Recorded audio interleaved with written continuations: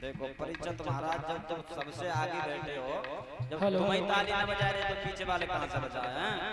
एक बात नहीं मालूम है तुम्हें? इना में दम होई तो ही तो ताली बजा रहे जे दम तो माई बहन है ना मैं सो देख लो खूब आवाज आ रही है। हेलो हेलो परिचंद जी, तालियां वो नहीं बजाते हैं जिनको कोई गम होता है, और तालियां महाराज को बजाते हैं जिनकी बाजुओं में दम हो गम के मरीज हो तो कोई बात ना है, और दम हो तो ऊंचे हाथ करके ताली बजा करके बोले हैं।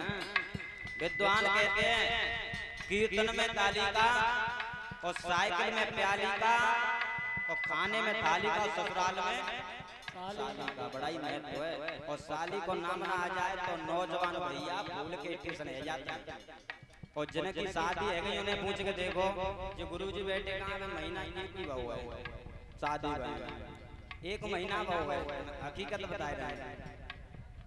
हाँ ध्यान रखना, जो शादी वाला लड्डू ऐसो है तो जो खाए ले बेव पछतावे, और जो ना खावे बेव पछतावे, और कई जाए तो जो खाए ले पाए वो ज्यादा पछताए रहो।